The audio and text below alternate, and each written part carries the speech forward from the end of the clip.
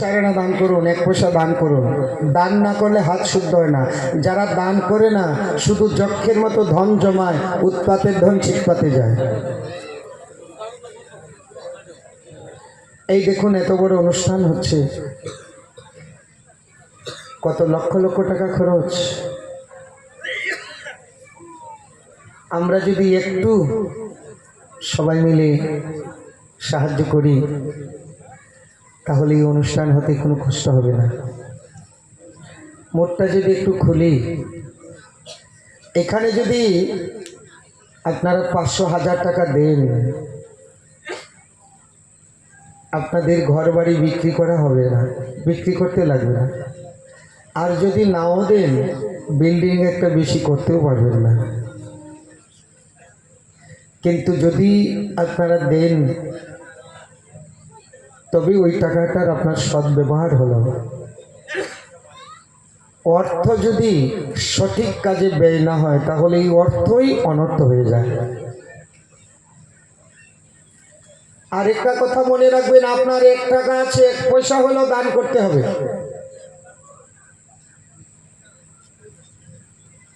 এই জগতে যারা দান করে না মানে কৃপণ ব্যক্তি, দান করতে চায় না। তো ঈশ্বরচন্দ্র বিদ্যাসাগর বাল্য শিক্ষায় আমরা পড়েছি, আমরা ছোটবেলা বাল্য শিক্ষা পড়তাম না, ঈশ্বরচন্দ্র বিদ্যাসাগরের কি লেখা ছিল? কৃপণ যত ঘৃণিত তত। এই জগতে যারা কৃপণ তাদের মতো ঘৃণিত ব্যক্তি কেউ নাই। যারা বেশি কৃপণ তাদের স্ত্রীও তাদেরকে ভালোবাসে না।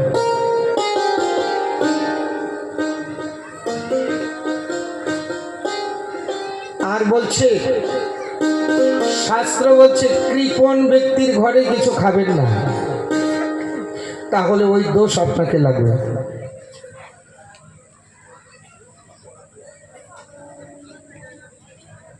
দান করুন, দান করতেই হবে। আমরা নরক বর্ণনায় বলে এসেছি, আপনার খাবার বস্তু যদি কাউকে না, আপনি যদি একটু হলে কাউকে দান না করেন তাহলে কৃমিভোজন নরকে গিয়ে আপনাকে পড়তে হবে। আপনার একটু আছে, এর থেকে একটু কাউকে কিছু দিতে হবে। আপনার খাবার বস্তু কাউকে একটু দিয়ে খেতে হবে। আপনার 1 টাকা আছে, 4 আনা দান করতে হবে। গৃহস্থ ব্যক্তিদের শাস্ত্রীয় নিয়ম পদ্ধতি, রোজগার করবেন সৎ উপায়ে, কারো মাথায় টুপি পরিয়ে, কারো পেটে লাথি মারে, কাউকে ঠকিয়ে করবেন না। সৎ উপায়ে রোজগার করবেন। আর যা রোজগার করবেন এই রোজগারের 4 ভাগের 1 ভাগ ভগবানের নামে, সাধু বৈষ্ণবের নামে। 4 ভাগের 1 ভাগ, 4 ভাগের 1 ভাগ গরিব দুঃখী আত্মীয় স্বজনদের, 4 ভাগের 1 ভাগ আপনি নিজে জীবিকা নির্বাহন, আর 4 ভাগের 1 ভাগ সঞ্চয়। এই হয়েছে গৃহস্থ ব্যক্তির শাস্ত্রীয় পদ্ধতিতে জীবিকা নির্বাহ।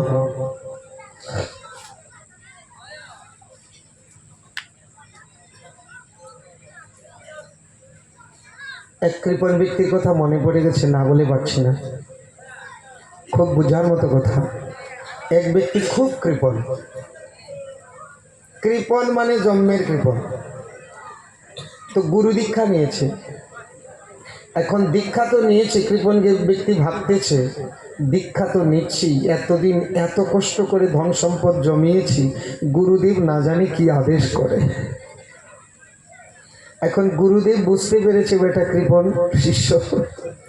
গুরুদেব দীক্ষা দিয়ে বলে, বৎস তুমি প্রতিদিন মনে মনে পুজো দিবে। কৃপণ ব্যক্তি কি আনন্দ, গুরুদেব কি অন্তর যাবে গো, মনে মনে পুজো দিব মানে পয়সা খরচ হবে না। এখন গুরুদেব যে কি দিয়েছে গুরুদেব তো জানে। বৎস তুমি মনে মনে পূজা দিবে। এখন গুরুদেবের আদেশ মনে মনে পূজা দিবে, বাহ, বাইরের আর কিছু লাগবে না। বাইরে কিছু আনতে গেলেই তো পয়সা লাগে, কলা বাতাসা যাই আনে পয়সা লাগবে না। মনে মনে দিলে, মনে মনে যদি কলা বাতাসা দেন তাহলে আর পয়সা লাগবে না। এখন গুরুদেবের আদেশে শিষ্য প্রতিদিন মনে মনে সেবা দেয়, কলা বাতাসা যাই দেয় মনে মনে দেয়। আর গুরুদেবের প্রতি শিষ্য খুব প্রসন্ন, বাহ এইরকম গুরুদেব পেলে তাহলে আর পয়সা খরচ হয় না। এখন মনে মনে প্রতিদিন পূজা দিতে দিতে না, ওই মনে মনে প্রতিদিন চিন্তা করে না ধ্যান লেগে যায়। এখন একদিন ভাবছে মনে মনে মন্দির বানাবো। এখন মনে মনে মন্দির বানানো চলল। এখন মনে মনে যদি মন্দির বানানো হচ্ছে তো ছোট করে বানাবো কেন? বিশাল এলাকা নিয়ে বানাবো, পয়সা তো লাগছে না।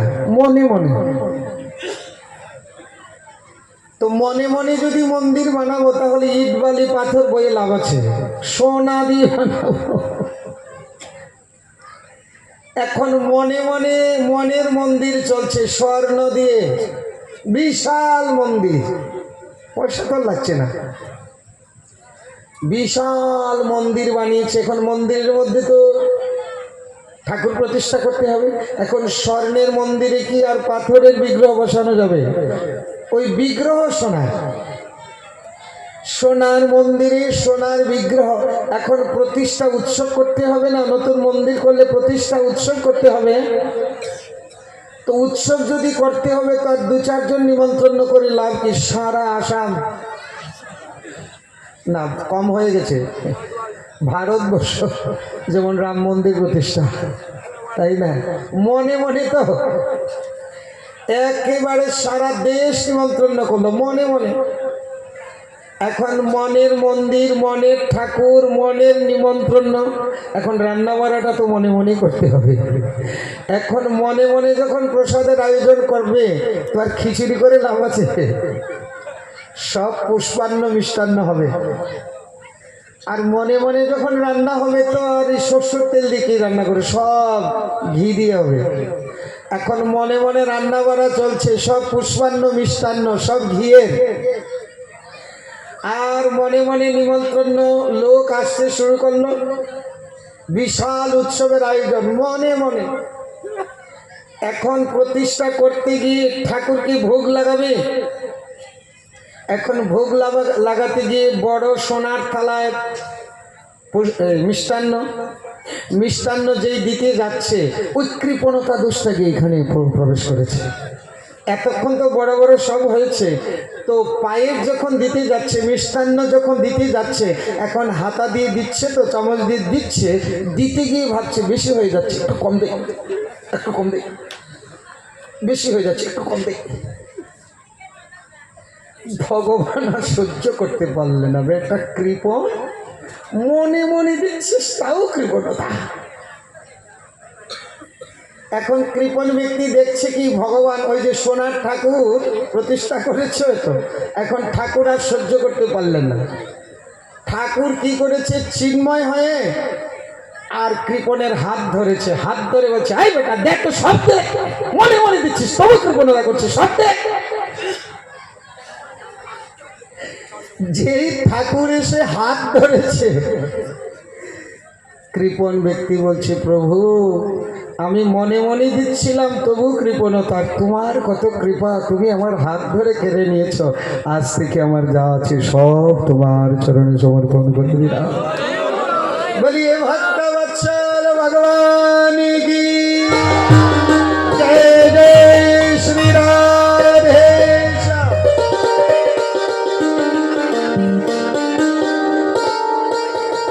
কৃপণ ব্যক্তি কোনো সময় প্রশংসার পাত্র হয় না। কৃপণ যত ঘৃণিত তত। যার যতটা আছে দান করবে, আর দানে কোনোদিন ধন ফুরায় না, দানে কোনোদিন ধন ফুরায় না। আর দানটা যে করবেন, কীরকম দান করতে হয়, এই যে শিক্ষা দিল নৃগরাজার বৃত্তান্ত দিয়ে, দান করবেন কিন্তু অহংকার যেন না হয়, দানের অহংকার যেন না হয়। ডান হাতে দিলে বাম হাতে যেন না জানে। সাত্বিক দান হবে, আপনার হাতে কত উঠেছে আপনিও জানেন না, দিয়ে দিলে, এটা হয়েছে সাত্বিক দান। কিন্তু বর্তমানে তো আমি যদি দান করি আমার নামটা যদি 10 বার না বলে তাহলে আনন্দ পাই না।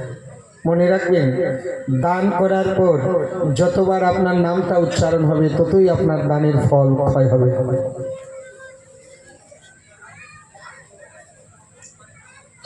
নৃগরাজার বৃত্তান্ত দিয়ে আমাদেরকে শিক্ষা দিলেন।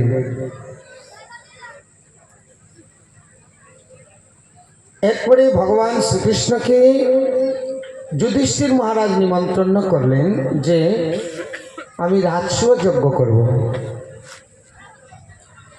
এইদিকে জরাসন্ধ, ওই যে যুদ্ধ হয়েছিল শ্রীকৃষ্ণের সাথে, মানে কংসের শ্বশুর জরাসন্ধ 20,000 রাজাদেরকে যুদ্ধে পরাস্ত করে তাদেরকে বন্দী বানিয়ে রেখেছে। 20,000 রাজা। এই 20,000 রাজা শ্রীকৃষ্ণের কাছে পত্র প্রেরণ করেছে, প্রভু আমাদেরকে উদ্ধার করো, তুমি তো সকলকে উদ্ধার করছো, আমাদেরকে উদ্ধার করো।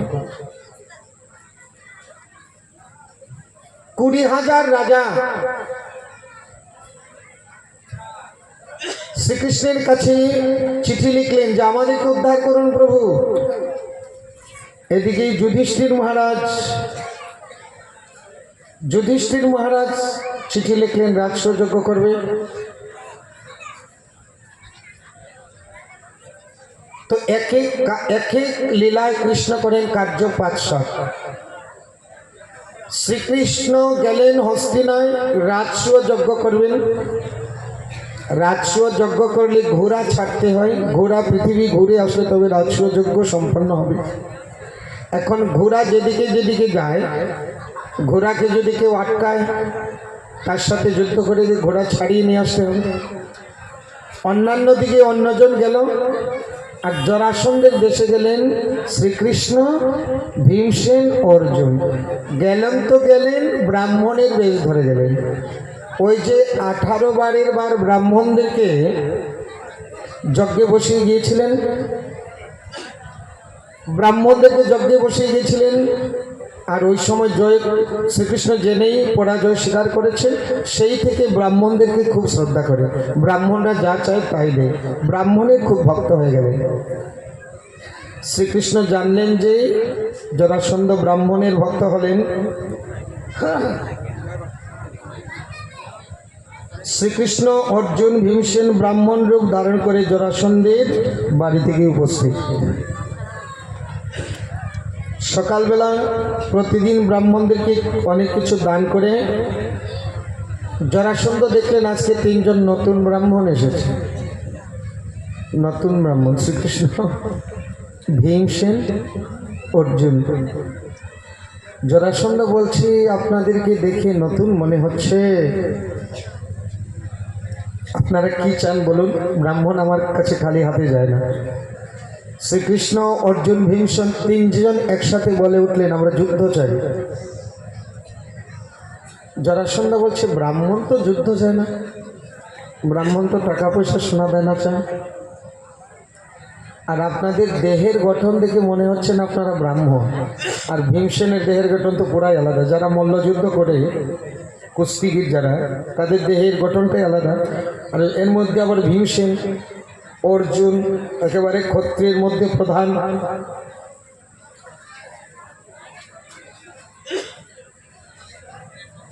শ্রীকৃষ্ণকে দেখে বলছে তোমাকে মনে হয় কোথায় দেখেছি, চেহারাটা মনে চেহারাটা চেনা চেনা লাগছে। শ্রীকৃষ্ণ অর্জুনকে বলছে দেখ 17 বার নাক কান কেটে চাললাম, এখন বলে আমাকে চেনা চেনা লাগছে।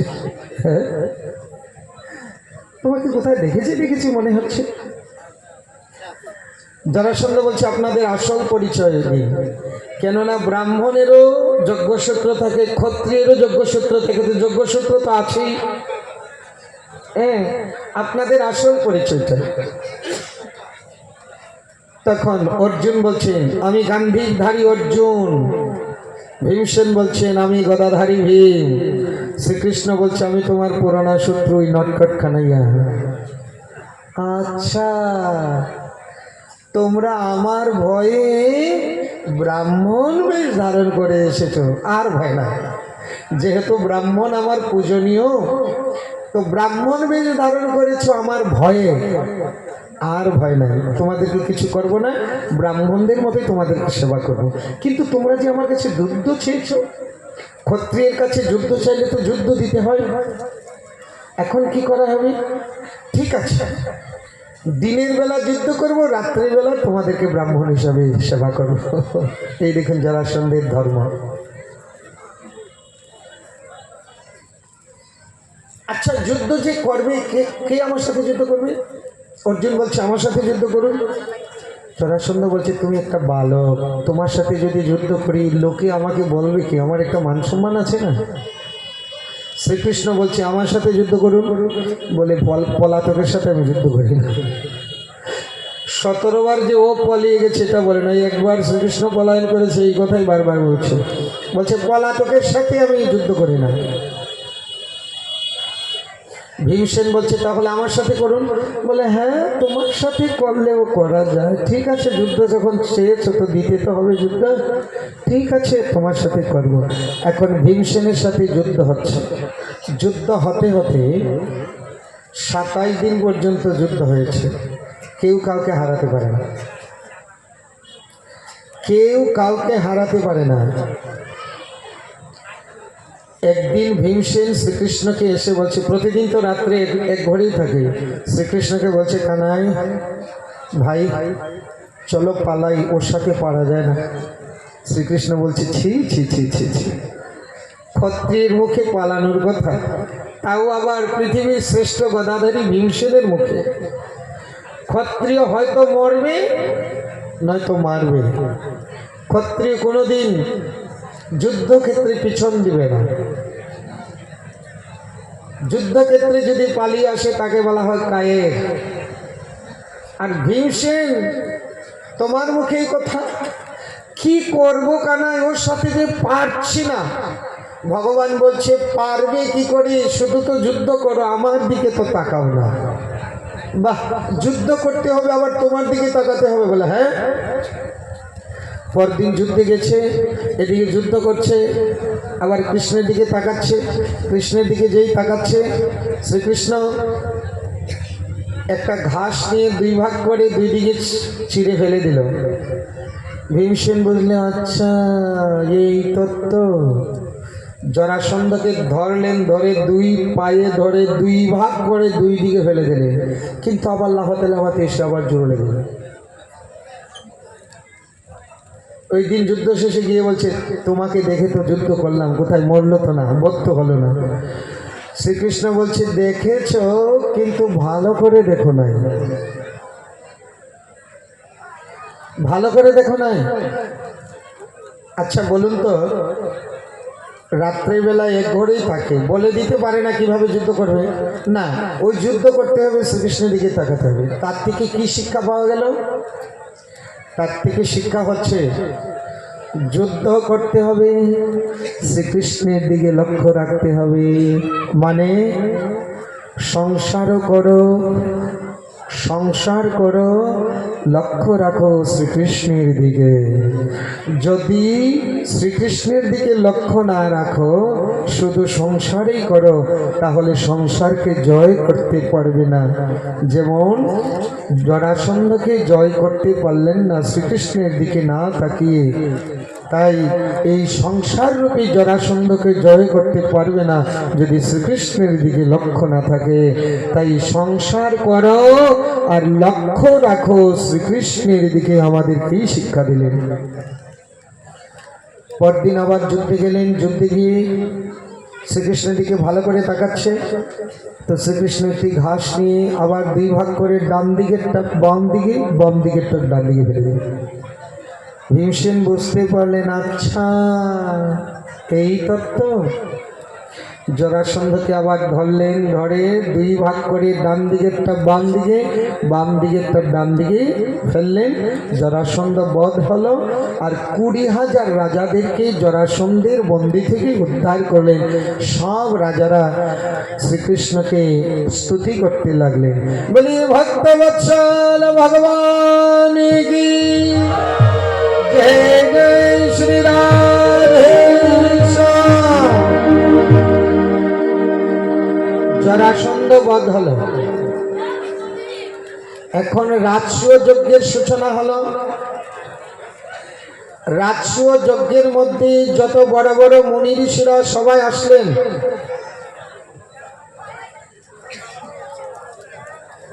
কারা কারা আসছে?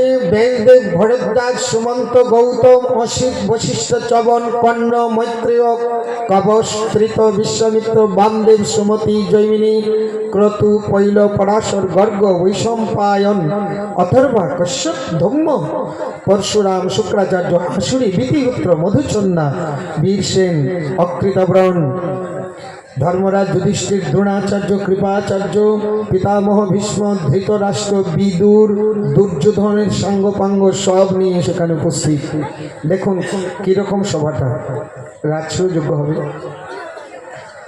পিতামহ ভীষ্ম সবার সামনে দাঁড়িয়ে বলল, হে যুধিষ্ঠির, তোমার মহাভাগ্য, যেই মহান মহান ব্যক্তিরা তোমার সভাতে এসেছে, তুমি তাদেরকে চরণ ধৌত করে, চরণ প্রক্ষালন করে তাদেরকে পূজা করো। যুধিষ্ঠির মহারাজ দাঁড়িয়ে বলছে, পিতামহ, আমি তো সবার চরণ ধৌত করে পূজা করব, কিন্তু সবার অগ্রে কাকে করব? যেমন এখানে চন্দন দেওয়া হয়, এই চন্দন দেওয়ারও একটা নিয়ম আছে। চন্দন পেলাম আর টপ টপ করে দেওয়া শুরু করলাম, হবে না, বিচার করে দিবে। এখানে ভাগবতাসুরের চন্দন দেওয়া হয় না, প্রথম চন্দন দিতে হবে বৈষ্ণবদেরকে, এবং এই বৈষ্ণবদের মধ্যে আবার দেখতে হবে কে বয়োজ্যেষ্ঠ। সে যে যেখানে থাকুক, একজন ওই কোনায়, একজন ওই কোনায়, আগে তাদেরকে দিতে হবে। এর মধ্যে যদি আবার কেউ গোস্বামী সন্তান থাকে, সবার আগে তাকে দিতে হবে। সেই রকম এই চন্দন দেওয়ার নিয়ম, প্রসাদের চন্দন আগে কাকে দিতে হবে দেখতে হবে, যে কাকে আগে দিব, এটা সবাই শিখে রাখা দরকার।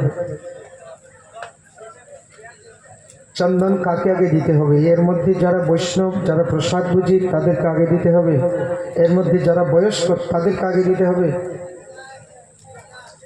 তারপরে অন্যদেরকে দিতে হবে। এবং আগে পুরুষদের দিকে দিতে হবে, তারপরে মায়েদের দিকে দিতে হবে।